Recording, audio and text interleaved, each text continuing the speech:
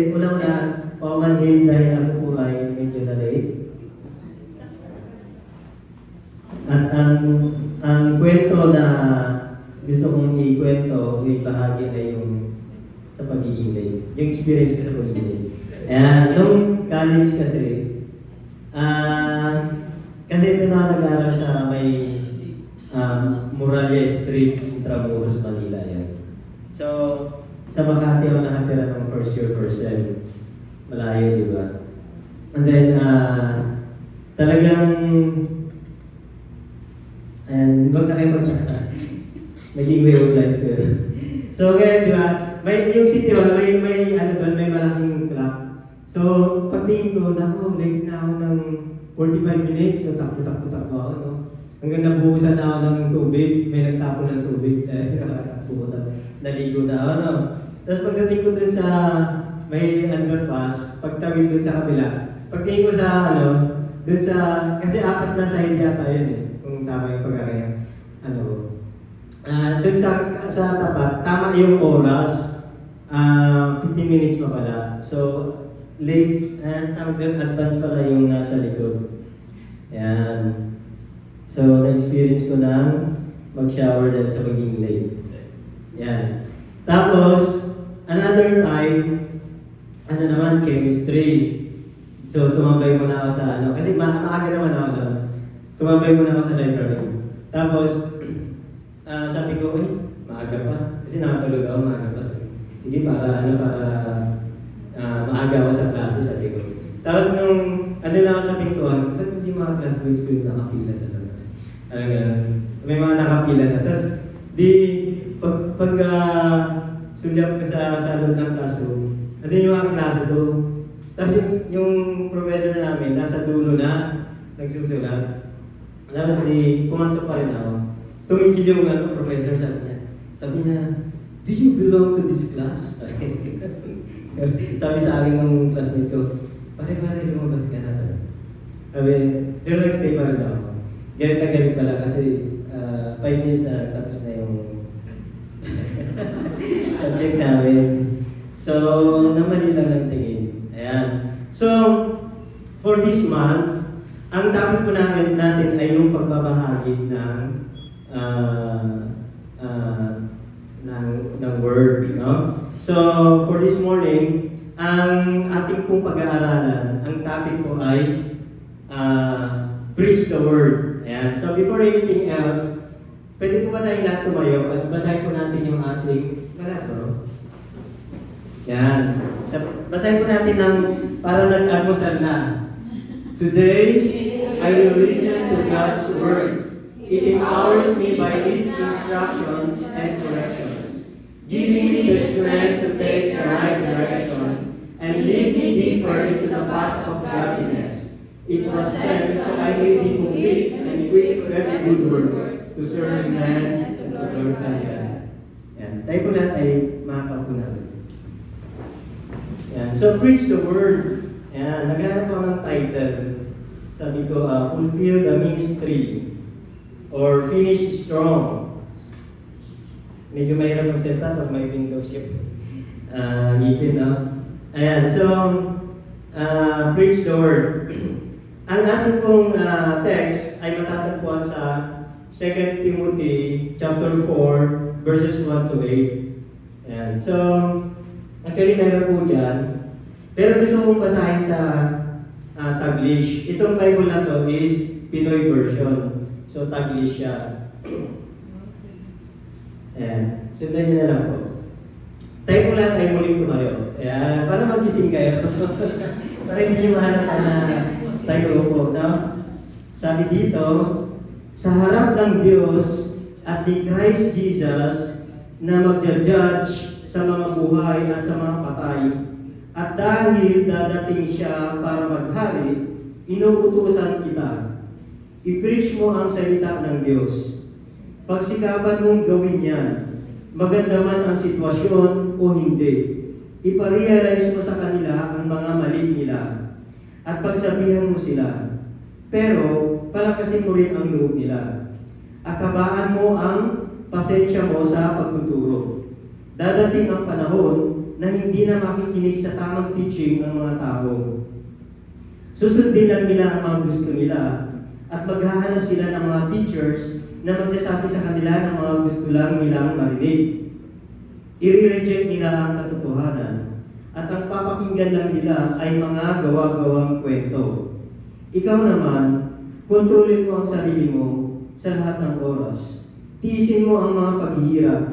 Gawin mo ang trabaho ng isang nagpipreach ng magandang balita. Gawin mo ang lahat ng dapat mong gawin sa pagsaserve sa Diyos.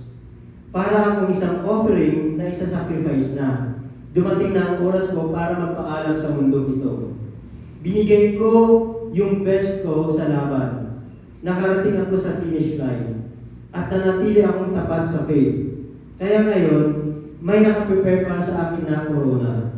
Ito ang award para sa mga namuhay ayon sa gusto ng Diyos. Sa araw na iyon, ang Panginoon na makatarungang judge ang magbibigay sa akin ng corona. Hindi lang ako ang bibigyan, pati ang lahat ng gustong bumalik na siya. Pagpalain ang kabasa ng salita ng Diyos ay kung lahat ay muli, manalangin at lumapit sa ating Diyos. Salamat Lord, Ama namin na makapangyarihan sa lahat, mapagmahal, mapagpatawad. Salamat Lord. Thanks so much, O God, for the whole week, O Lord, that you work in our lives, Panginoon. Lord, you do miracles, Panginoon, in our lives, O God. Salamat, Lord, dahil tinulungan niyo kami sa aming mga paghihirap at maging sinamahan niyo kami, Lord, sa mga struggles namin, and you gave us joy, Panginoon. So, makita, Lord, we will enjoy your presence and we will hear your words deep in our hearts. Naway ito ay manood sa aming puso at isipan at ma-retain sa aming puso at hindi kami lalo sa church na ito, Lord, na hindi magkukumit na gawin kung ano ang aming narinig. Salamat, Lord, na may maging good steward kami ng inyong salita at maging faithful na disciples ninyo, Panginoon. We thank you, we bless your name in Jesus' name, pray. Amen. Amen. So tayo po lahat ay makakaupo na. Ang title natin is Preach the Word. Aba, para sa akin ba to? No? Hindi naman na preacher baka tanong niya gano'n, di ba? Pag-pastor lang yan. No, hindi po.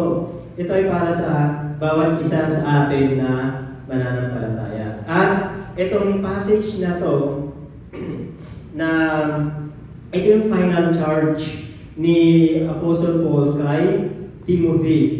No? Si Timothy na kanyang disciple at friend. No? Na hamak na mas bata kaysa sa kanya. No?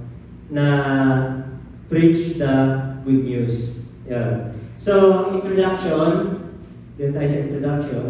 Ito yung yung last letter ni Paul. No? At si Apostle Paul ay nasa kanyang final stage ng kanyang buhay. Ang kanyang taon ay mga nasa mid-60s, samantalang si Timothy ay nasa mid-30s. Yan. And dito sa chapter 4 na to, ay tinawag ni Apostle Paul si Timothy para i-preach yung salita ng Diyos at mag-work hard bilang isang minister. Yan. Maganda ba yung boses ko? Parang walang echo. Ayan. So ito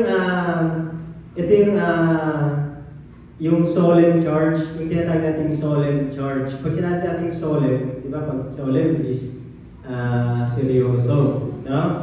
Na utos ni Paul kay Timothy. Yeah. Yes, solemn charge. Sige lang bro, mapapagod ka talaga ito. Pindot-pindot lang. Ayan. So, at sinabi ni Apostle Paul na preach the word and be ready in season and out of season. Yan. And tatalakayin din natin, dun parang bro sa introduction na, sa last page, sa previous page. Ayan. So tatalakayin natin dito yung inutos, yung final charge ni Paul kay Timothy, and ano yung reason nung kanyang mga sinabi at ang kanyang final testimony. So hati natin sa tatlong bahagi. Normally, pag ang tao ay nasa kanyang huling hantungan, ano, so mayroon siyang mga final words, no? Na masasabi natin na yung kanyang final words ay yun na yung mga best words niya, piling-pili na, no? Distilled na, kumbaga sa distilled water, no? And ito na yung pinakamahalagang nasa isip niya at inipon niya sa na-wisdom sa buong buhay niya, no? Yung, kumbaga parang last will and testament. Ako na, meron na pa kayo na witness na dying. So ako personally, meron yung father ko sa hospital. Kaya lang wala nang sinabi yung father ko. Yan. Pero na-witness ko yung kanyang huling hininga. So pag ang tao is papanaw na, no? Siguro, tapos may sasabihin, siguro talagang very attentive yung ating tenga na pakinggan yung bawat salita na sasabihin niya, no?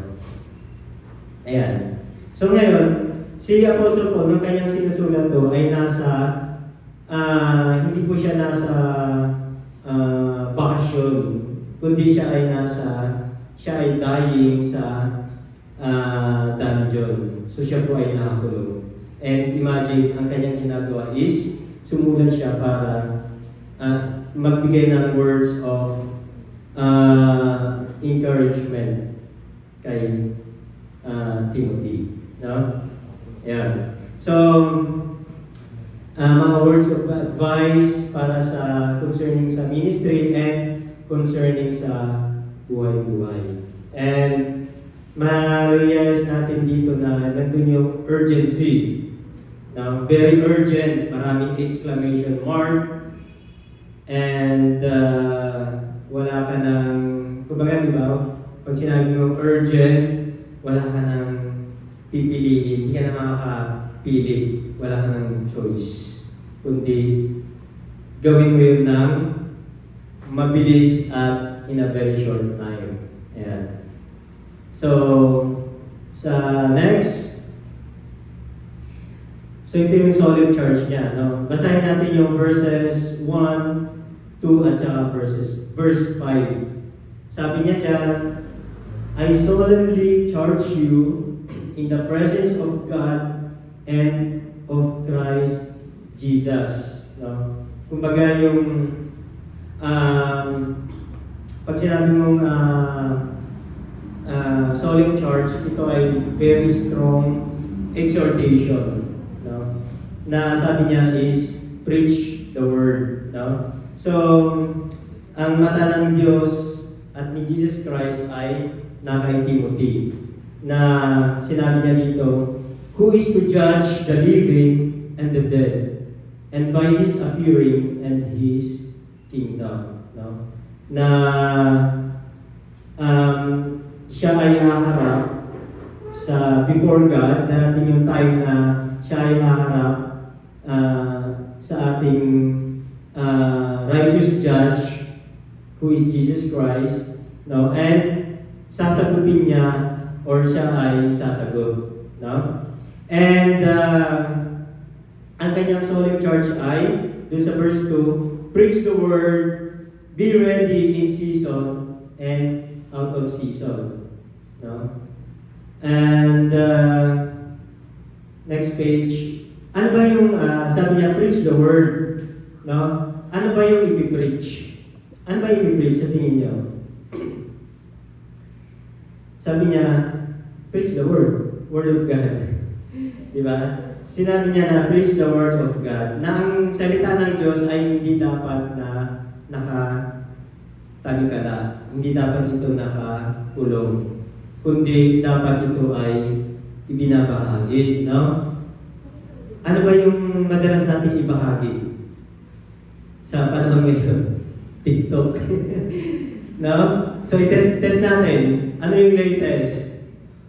Yung picture na nabash. Diba? Diba alam natin? Pero pag tinanong mo, ano yung verse sa Bible app ngayong araw? Yung nasa home. Diba hindi natin alam? Yan.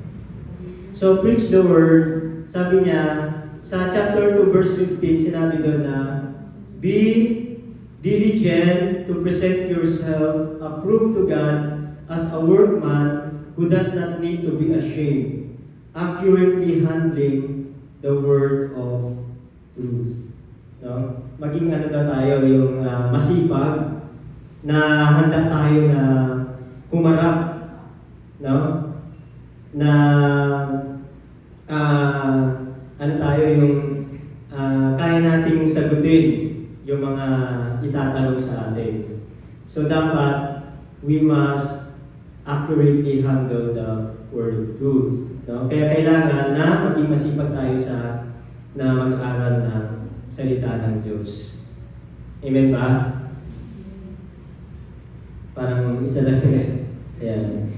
So, sabi niya, para maging successful tayo, dapat ang ating priority, sino dapat yung priority natin, put God first. No?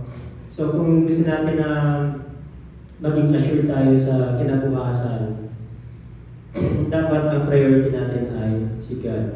Because God, ang ating Diyos ay makapangyarihan, no? He holds the future. No? He knows the beginning and the end. No? Kung may uunahin tayo, dapat si God. Kung may gusto kang kasama, dapat sino? Si God. Di ba? Siya na yun. Sabi sa Bible na, I am the beginning and the end. I created the heavens and the earth. No?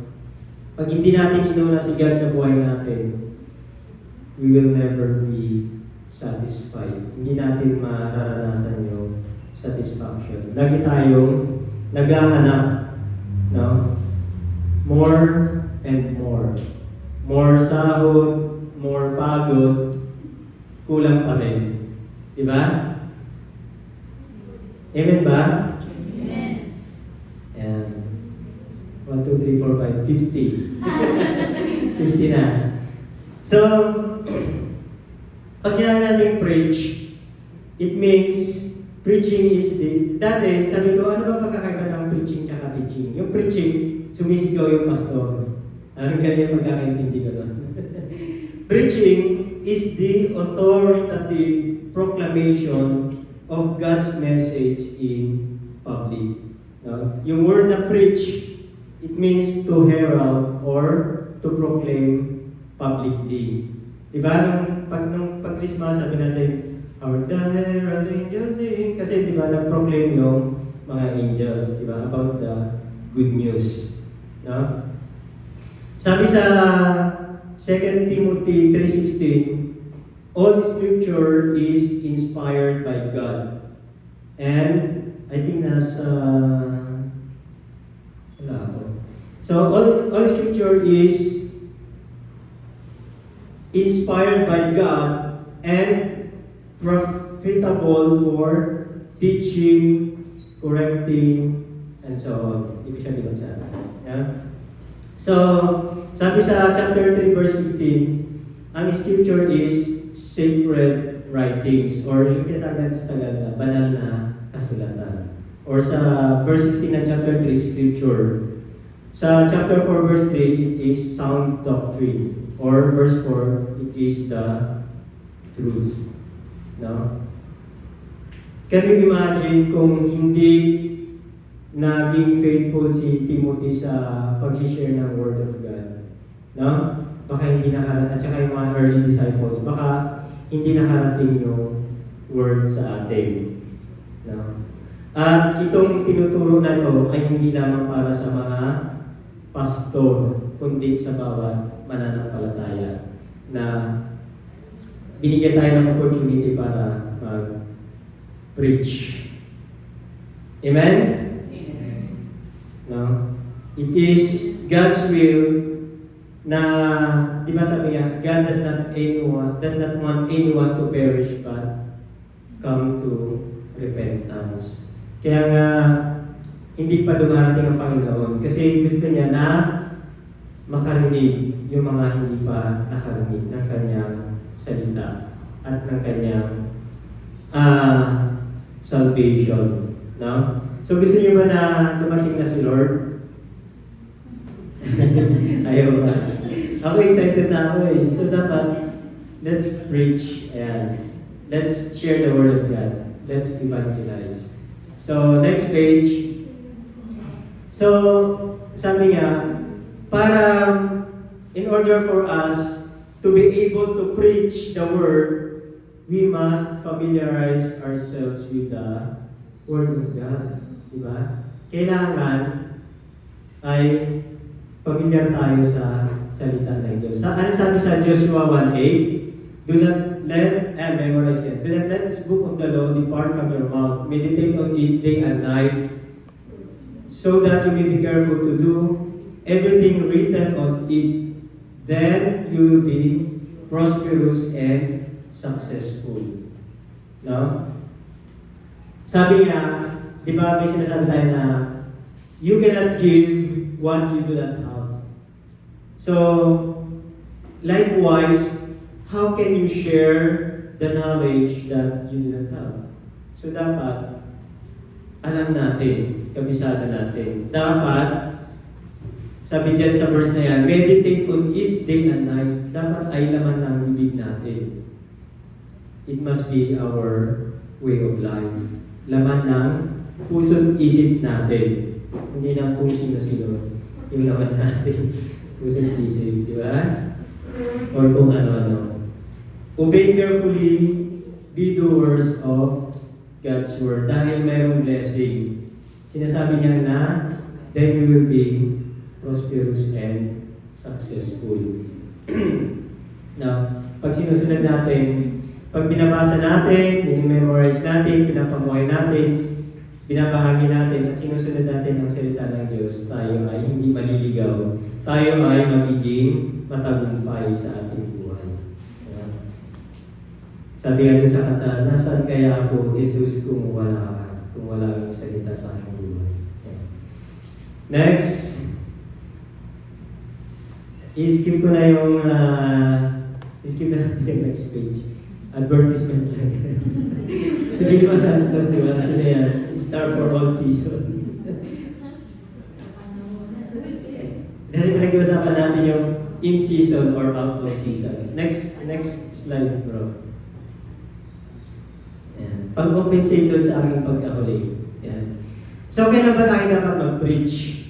Sabi dyan, preach the word, be ready in season and out of season. Walang pinipiling panahon. Dapat ay lagi tayong handa. No? Kahit unscheduled. No? Na hindi lamang kung gusto mo lang or feel mo lang. Kung winter lang. Diba? Kung convenient sa'yo or hindi. No? Kailangan lagi tayong handa. Sabi nga, be diligent at all times. No? Sino dito yung masipag? Di ba wala? No? And, ayan, honest naman tayo, di ba? Ayan. So, sa buhay, dapat lagi tayong handa. No?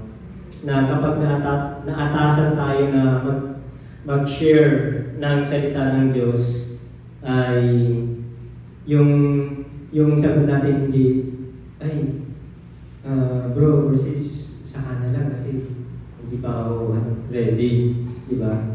10 taon ng Christian, hindi pa rin nakakapag-share ng Word of God. Diba? So, kailangan magiging handa. Meron na akong yung experience na nung one time na umuwi ako ng Pilipinas, I think nandito na ako sa Taiwan. Meron na akong nakasakay na nag-DH, hindi ko alam kung nasa Malaysia ako dito. Nag-DH siya, domestic helper. Tapos sabi niya sa akin, siya yung nag-initiate ng conversation, sabi niya sa akin, nag-work lang naman ako dito. Actually, may pera ako. Nag-work lang naman ako dito kasi gusto kong may experience na paano mag-work abroad. Parang gano'n. So, and then kinat niya yung kanyang contract, no?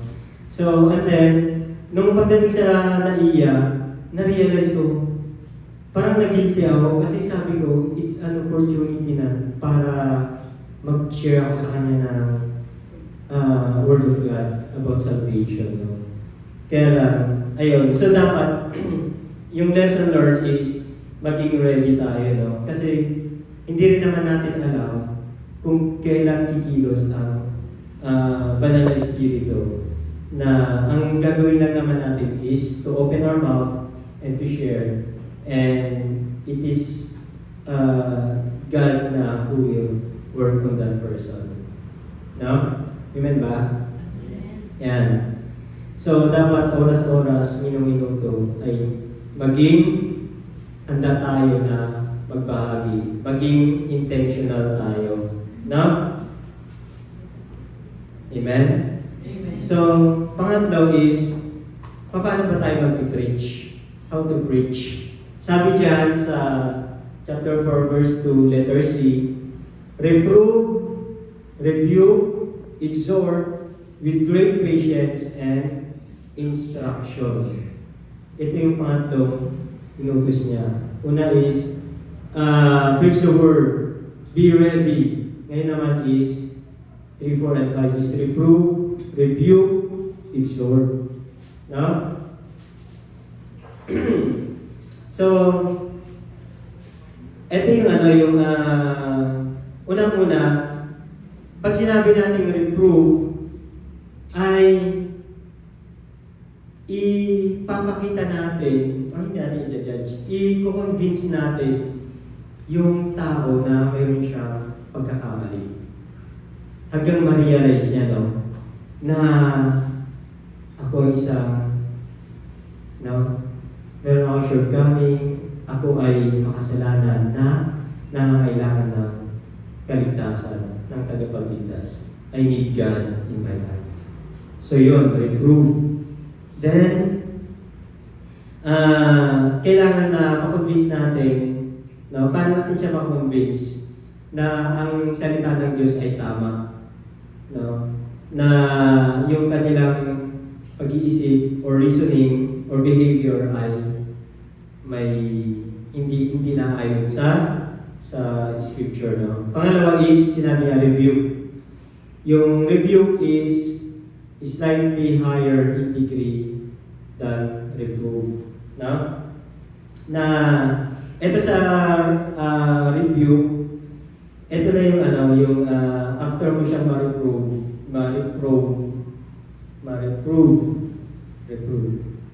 Yan, may windows yung teeth ko kaya medyo and na dito yung i-correct mo siya, no?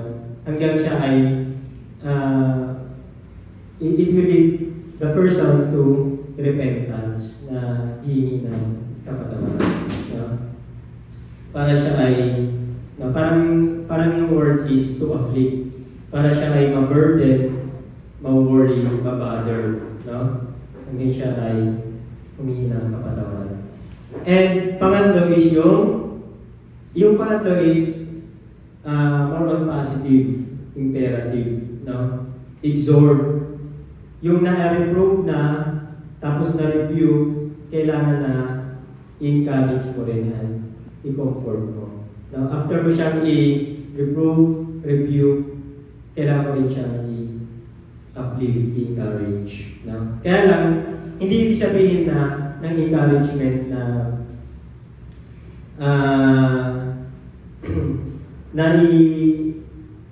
not in a sense na i-assist mo siya para mag-continue siya sa kanyang pagkakasala.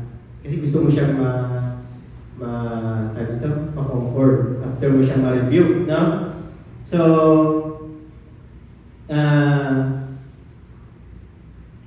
after mo siya ma-review, kailangan mo siyang bigyan ng encouragement, no? Na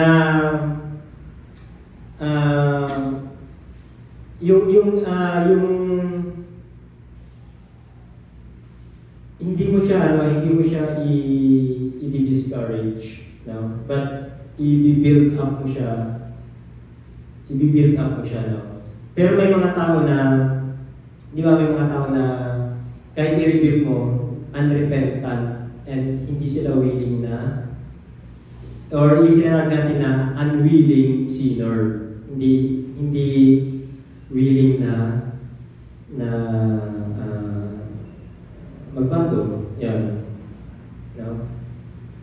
Ang ibig sabihin ito ng exhort is encourage a repentant sinner and exhort him to continue on a pursuit.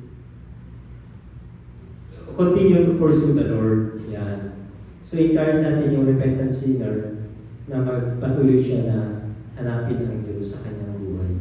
At paano natin gagawin ito? Sinabi dyan na do it with great patience and teaching.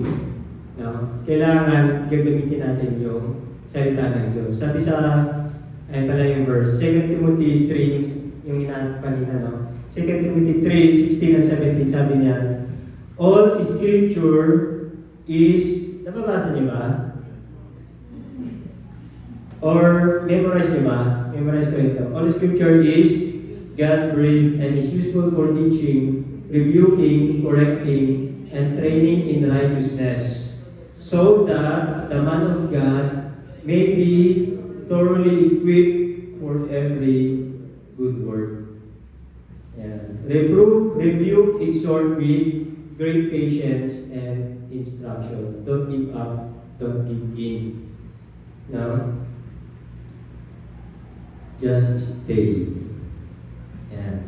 So yan yung first part ng solemn charge ni Apostle Paul kay Timothy. Yan. Okay pa ba kayo? Ayan. So punta tayo din sa bakit ba ito yung sinasabi ni merong warning, no? Merong warning si Apostle Paul kay Timothy dun sa verses 3 and 4, no?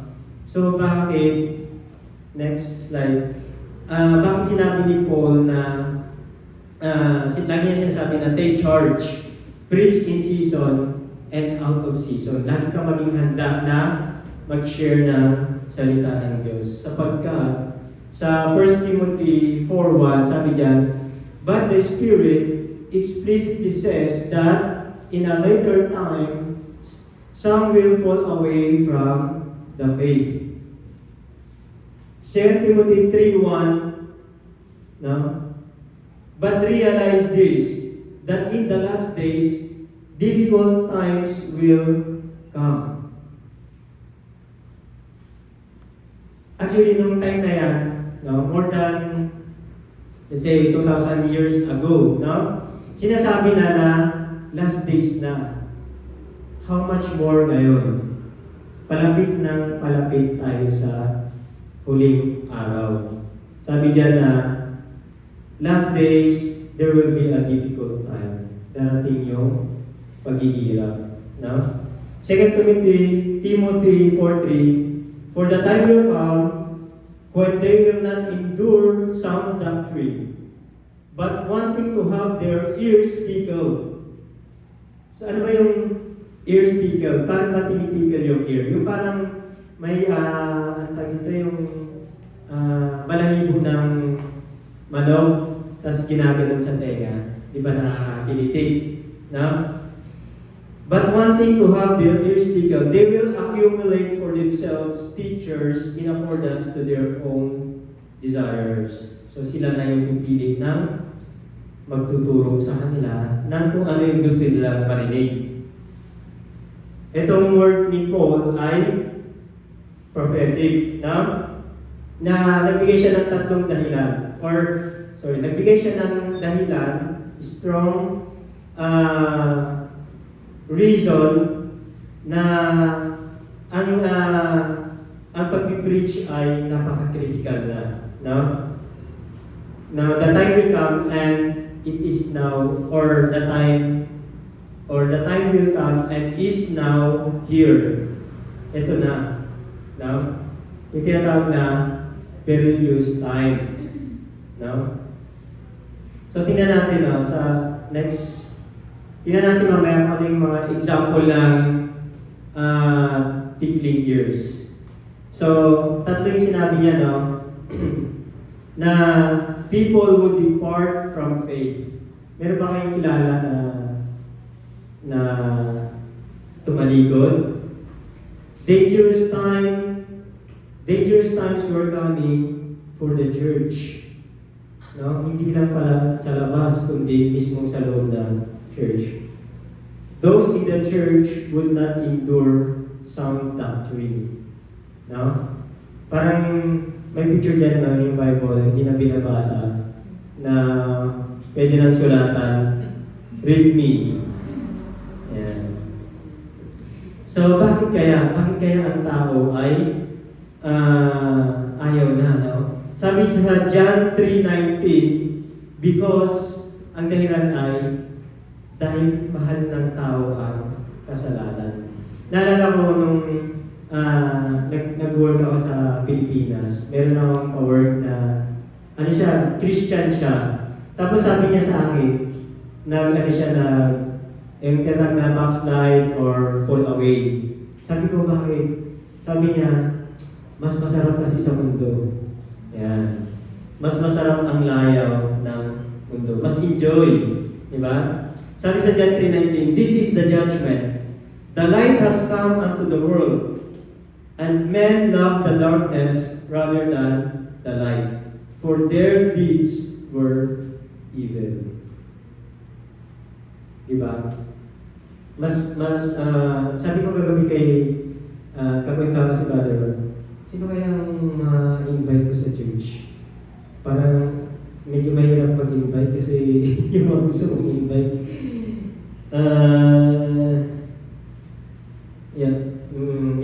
Mahirap.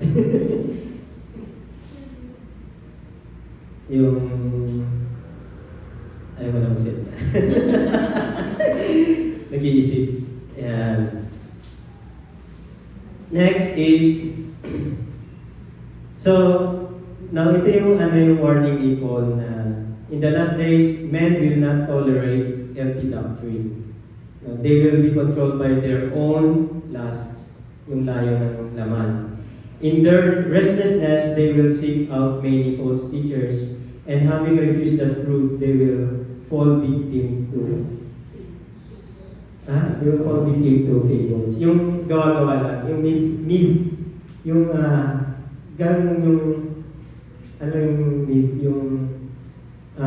likha, parang story na gawa-gawa lang. Yeah. Ayan. So, nakakalungkot kasi minsan may gano'n, nangyayari yun, na sabihin mo, mature naman siya, bakit gano'n? Nandun na siya sa ibang daan, parang gano'n, na hindi na according dun sa tama. Ayan, so next page, meron tayong mga example ng itching ears. Itching ears. Ayan, sabi dito, make me happy. Dapat masaya ako pag nasa loob ako ng church. No, tawa ako ng tawa. Dapat nangingit yung needs ko kung ano yung gusto kong marinig. Then, ayaw ko pag-usapan ng kasalanan. Gusto ko yung parang networking, paano maging successful sa buhay. Ayaw ko ng negative. Yung Bible doctrine, boring. Theology, di ba theology is the study of God? Hindi na yan mahalaga. Yung sermon, ang haba. Di ba? Minsan, kinukuntsaba pa yung media. Ilang slides pa ba? Di ba? Bro, gumaling. Mahaba ba? Ilang slides pa. Ayan, so, dapat relevant yung gospel na napapanahon, parang TikTok, mga gano'n, diba? No, dapat maraming kwento, maraming jokes, and dapat ma-feel good ako sa sarili ko. No? Mag-boost yung self-esteem ko. Hindi yung nakaka-divide. Ayaw kong pag-usapan yung impyerno. Dapat positive lang. No? Gusto ko yung happy na religion. Ayan, yan yung mga example ng itching ears. Itching ears yung word, no? Ano yung sinabi ko kanina? Itching ears. Ayan. So, next is, sa verse 5, meron siyang apat na sinabi, no? Na sabi niya doon, paulit-ulit sa kahit sa chapter 3, verse 10, verse 14, at chapter 4, verse 5. Ang paulit-ulit doon, na pag sinabi natin sa Bible na paulit-ulit, merong emphasis, merong dapat tayong matutunan. Sabi diyan, yung but you, ngunit ikaw. No? Sabihin mo sa katabi mo, but you.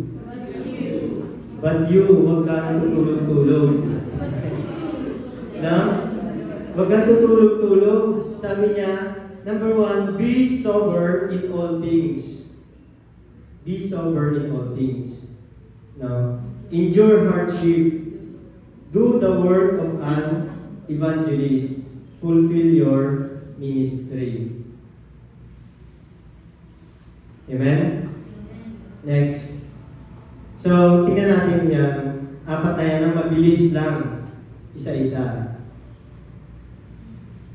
Ayan. Una is, be sober in all things or remain alert at all times. No?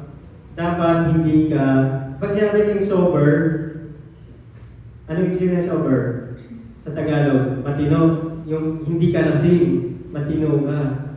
No? Parang ikaw yung nagdadrive na dapat you are in full control. No?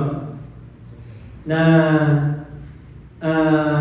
hindi ka dapat compromising. Hindi ka dapat ear tickler. Sa tama din naman pala. Ear tickler. And hindi ka man pleaser. Hindi yung tao yung, hindi si pastor yung please, hindi yung mga tao, kundi you must be God pleaser. Pangalawa, ay endure hardship. No?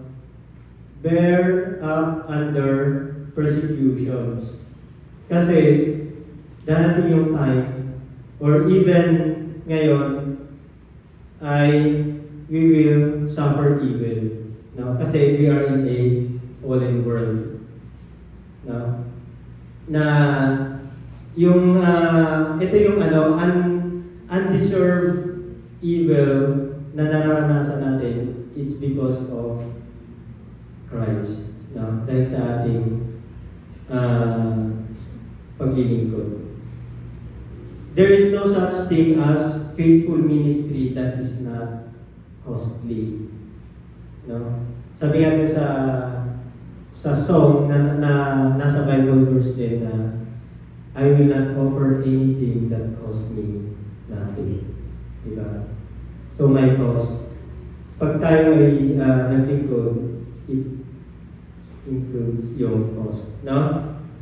It's, yung paglilingkod natin, hindi lang yan mental work, kundi ito ay heart work. And it is a labor of our inmost soul. Pangatlo, sa 5C, sabi niya, do the work of an evangelist. No? Na, eto na, yung, hindi naman sinabi na, be an evangelist. Maging evangelist ka. Ang sinasabi is, do the work of an evangelist. And this applies to each and every one of us.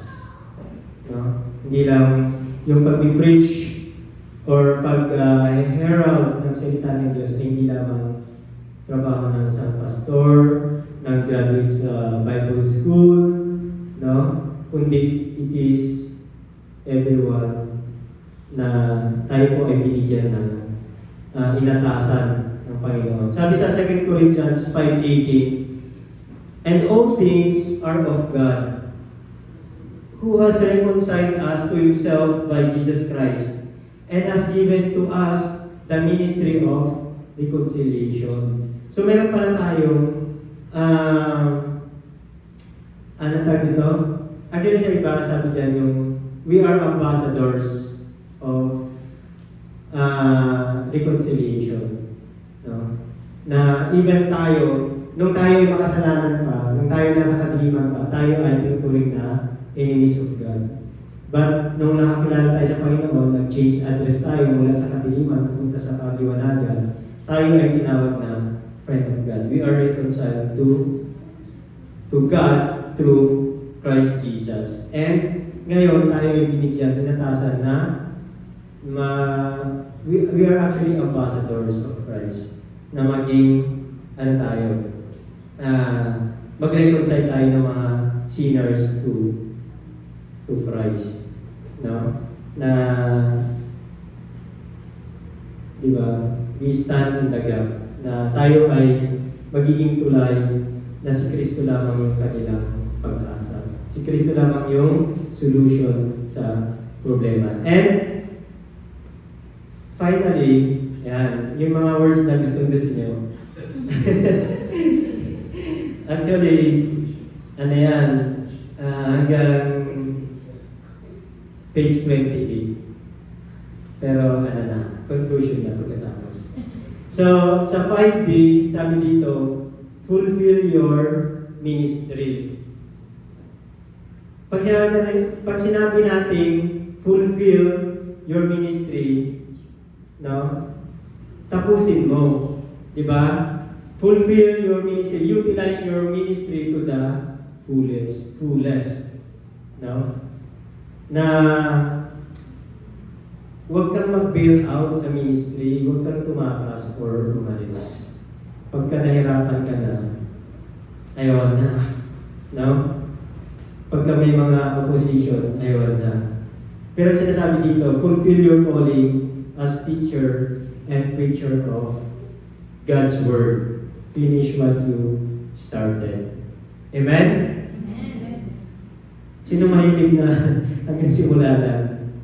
Di ba? May mga bagay na ginagawa na, di ba yung example, yung sa personal natin, yung pag nag-jogging ka, pinupost mo talaga.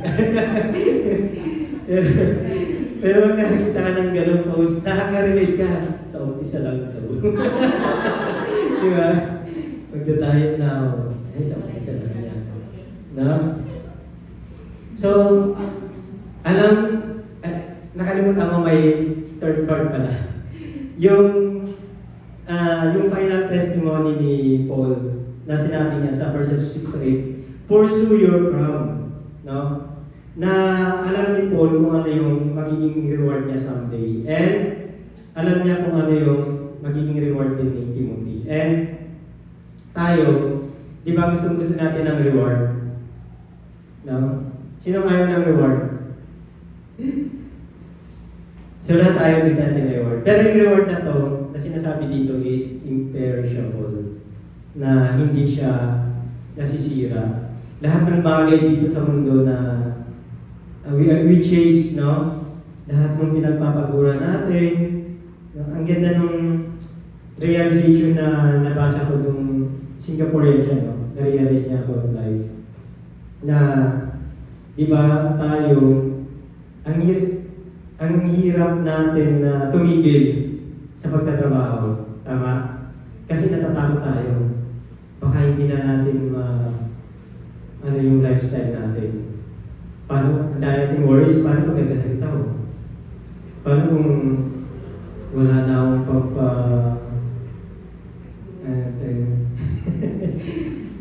pagpa-facial? Diba? So, di ba, ang hirap natin pero sabi niya, inabot na niya yung age na 65. And ang nangyari lang is, hindi na niya ma-enjoy yung buhay. Kasi ginugol na niya yung buong panahon niya, buong lakas niya sa pagtatrabaho. Diba? And then, there's another story na yung mag-asawa sa Singapore din na, alam mo yun, hindi ko lang matandaan kung anong tawag nila dun sa pangkaraniwan lang na mga apartment sa sa Singapore daw. And then, dahil both of them, yung mag-asawa, IT sila, no? So, pag sinabing IT, malaki yung earning nila. And then, na-pressure sila. Siyempre, yung mga colleagues nila ay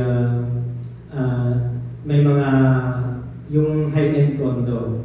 So, na-pressure sila, kumuha din sila. No? And pag tumira ka sa high-end condo, siyempre, yung mga kasama mo doon, magagala yung sakyan, yung lifestyle, diba? So, naging ganun din. Pero dumating yung time na nagkaroon ng retrenchment. Both of them ay nawalan ng work. So, in the end, naging realization nila na maging simple na lang. At mas mahalaga yung masaya. Yun. Diba? So dito sa mundo to, yung mga pinagpapaguran natin, yung pinagkakatandaan natin ay mga perishable goods or materials, reward. Subalit yung crown of life or crown of righteousness ay imperishable. Hindi yun masisira. Kaya sinasabi dito ni Apostle Paul, no, and I am already being poured out as a drink offering, and my time of departure has come. No? I have fight the good fight, I have finished the course, I have kept the faith. No? At sa future, meron akong crown of righteousness. No? Na hindi pa natin marirealize ngayon. No? But in the future, meron nakalaan na crown of life or crown of righteousness na ipapatong sa iyo. Amen? So, conclusion na tayo. Kasi alam ko naman na alam ko yung iniisip nyo. Una-una ay we preach not for articulateness nor for the praises of people. Ang preaching natin ay hindi para alam mo yun, magpasikat or ma-praise, makuha natin yung praise ng people. But the Holy Spirit would take His word and impress it upon our hearts and impact the lives of the hearts of the hearers so that they would grow into Christ-likeness bilang result na kanilang pagkarinig ng salita ng Diyos.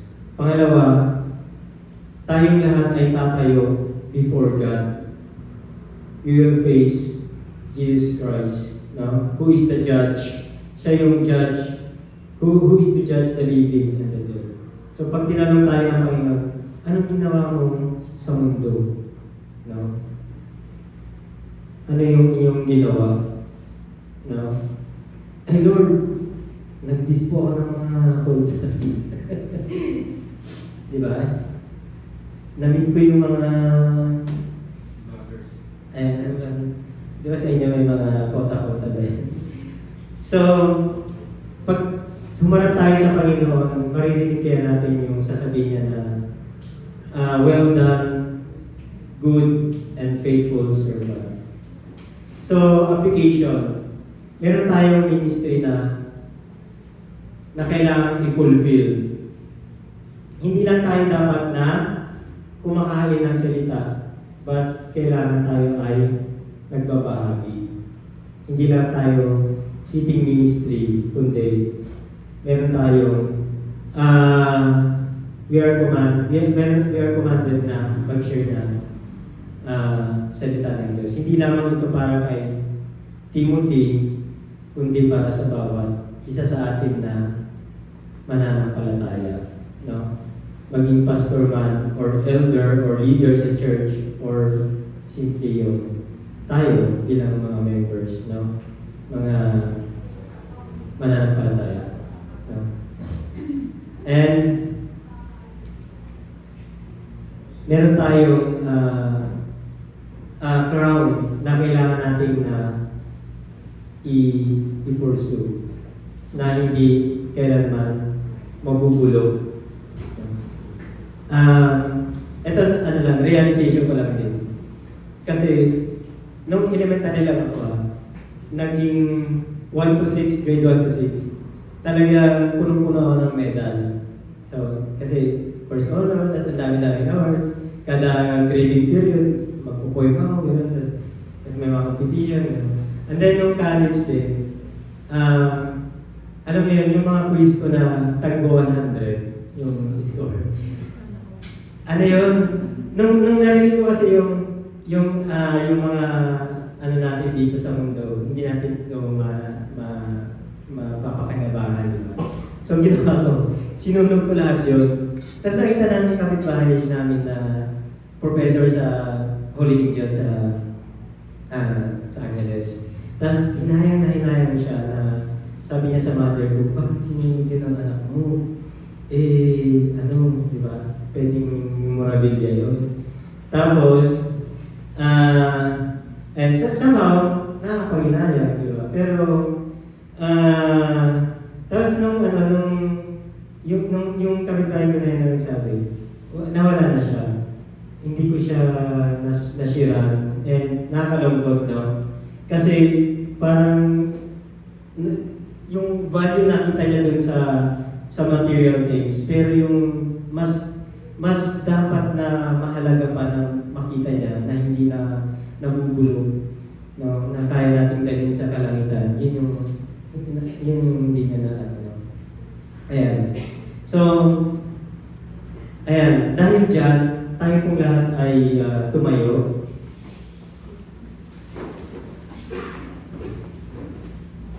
At tayo pong lahat ay ipikit natin ang ating mga mata. And let's meditate. Let's focus our hearts and minds in Christ Jesus. Sa umagang ito, it is not an accident na ang message ngayong umaga is, maybe we know it already, but ito ay inuulit, kinakatok sa ating puso, isipan ng Panginoon. Be doers of the Word of God, not only hearers.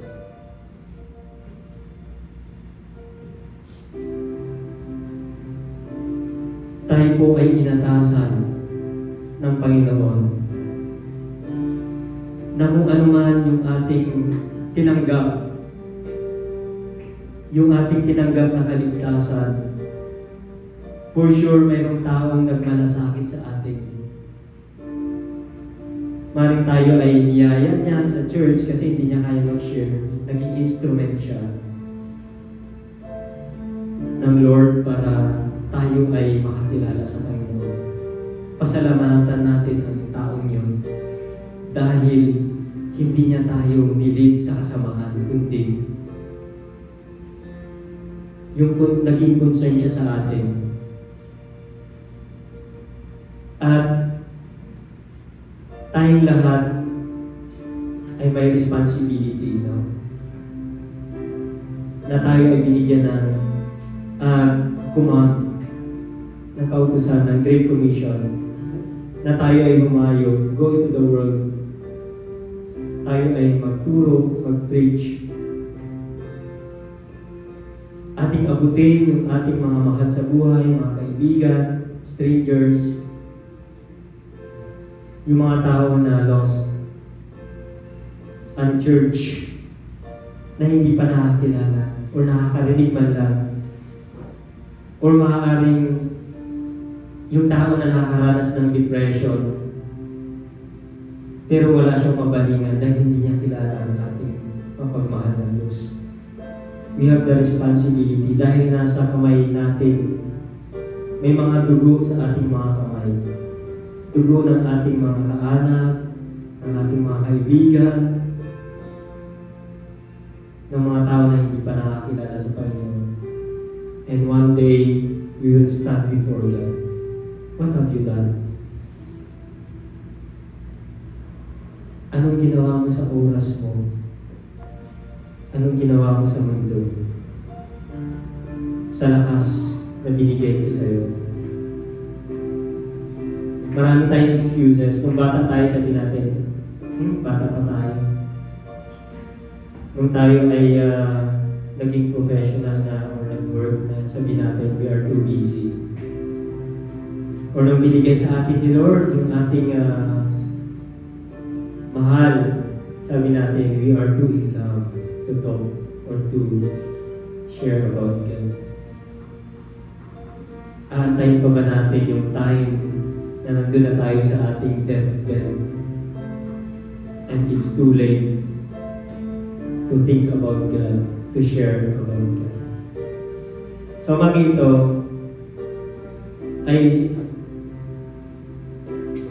meron tayong challenge na ilagay natin sa ating puso at isipan na maging intentional tayo na magbahagi na hindi tayo dapat mahiya dahil ito ang kaligtasan. No salvation dito sa mundo na walang ibang paraan kundi si Jesus Christ. So Jesus says, I am the way. Jesus said, I am the way, the truth, and the life. No one comes to the Father except through me. Tayo kong lahat ay manalangin. Ama namin Diyos, salamat po muli sa umagang ito. Thank you so much for the challenge that you impart in our hearts, Panginoon. Lord, patawaran niyo po kami, Panginoon, kung kami ay naging relax, masyadong comfortable sa buhay, Panginoon. Yes, Lord, nakakaranas kami ng mga biganti, kalungkutan, ng mga struggle sa buhay. But may mga times, Lord, na talagang kailangan namin gawin, Panginoon. Maging intentional kami, Lord, na i-share kayo sa iba. No, yung naranasan namin, kung sino ka sa aming buhay, kung ano yung ginawa ninyo, Panginoon. And now, ay maging grateful kami dun sa tao na nagmalasakit para sa amin. Ay hindi namin sarilinin, Panginoon, yung naranasan namin na kaligtasan sa inyo, yung joy, Panginoon, yung hope that someday we will be with you, Panginoon, in paradise, in heaven, O God. Salamat, Lord, sa umaga ito. Salamat, Lord, sa mga kaluluwa na nandito, sa mga liligtas ninyo, Panginoon. Salamat, Lord, naway pagpalain niyo bawat isa sa amin, sa aming pong pagbabalik sa aming work this week, O God. I pray that blessing, Panginoon, will follow, Panginoon, yung bawat isa sa amin, Lord. Release the blessing, Lord, spiritual blessings sa aming mga families, financial blessings din, Panginoon. That you will meet all our needs, Panginoon. Lord, that we will feel your love, Panginoon. And blessing upon blessing, Lord, and even, Lord, yung maranasan namin, Lord, yung talagang yung favor upon favor sa aming company, sa aming mga boss, sa aming mga colleagues, sa aming mga subordinates, sa lahat, Panginoon. Lord, na mag-display kami ng iyong example. We thank you, God. We bless your name. At patuloy ka namin itataas sa aming buhay, sa aming kalagitnaan. And we bring back all the glory and praises. In the mighty name of Jesus Christ, we say, Amen and Amen. Hallelujah. Amen.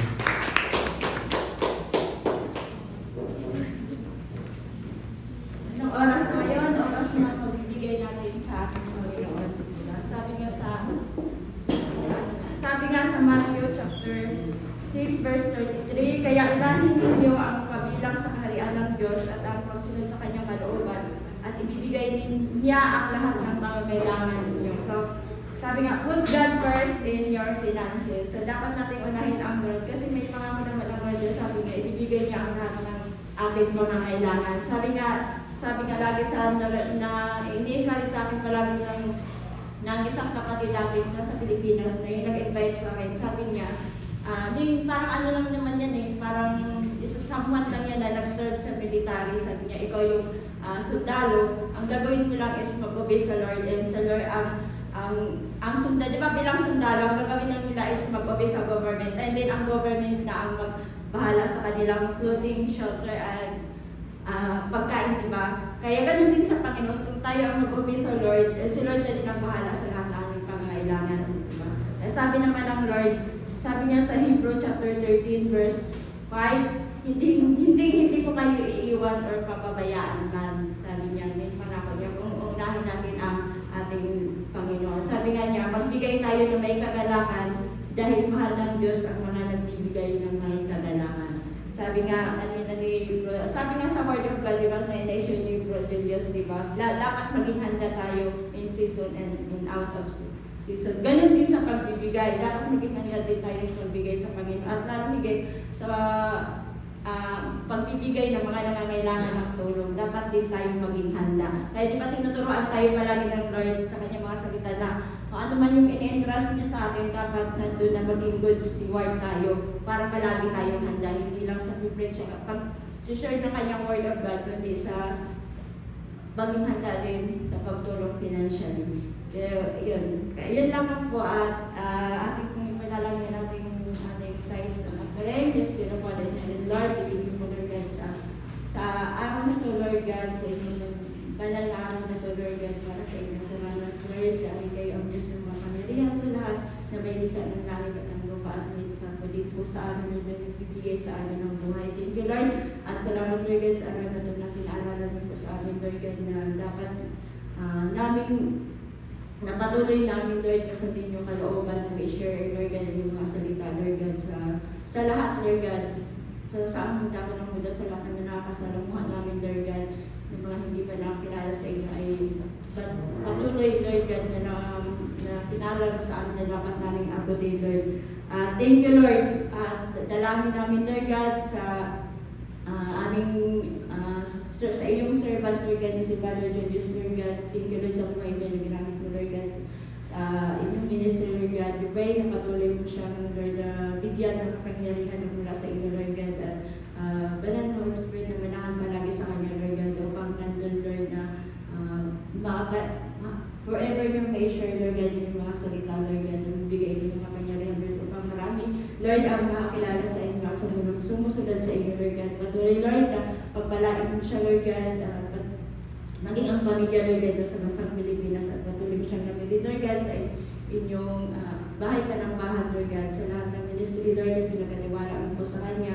Patuloy na tulungan mo nga po siya, Lord God, na magawa niya ito, Lord God, hanggang sa pagdating ng inyong anak na si Jesus Cristo, Lord God, na masabi niya po, well done, good and faithful servant. At sa amin din po, Lord God, patuloy na salamat, Lord God, na nandun yung mga puso namin, Lord God, na handang magbigay para sa inyo, Lord God, sa time, pressure, at talent namin, Lord. Thank you, Lord, at tinuruan mo kami, Lord God, na ibigay namin sa inyo, Lord God, at dalangin namin, Lord, na patuloy mo kaming bigyan ng wisdom, knowledge, and understanding, Lord God, sa lahat ng pinagkatiwalaan mo po sa amin, Lord God, na maging good steward kami, Lord, upang may bigay namin ang nararapat para sa inyo, Lord. Patuloy mo kami pagpalain, Lord, at we pray sa company, Lord God, patuloy na i-bless din nyo din po sila, Lord God, upang nawa, Lord, maging generous din po sila, Lord, upang maibigay namin ang higit pa sa nararapat sa inyo at matulungan namin ang lahat ng nangangailangan. Lord, we thank you. Samahan mo kami, Lord God, sa nagtulungan namin gawain, Lord God. This we pray in Jesus' name. Amen.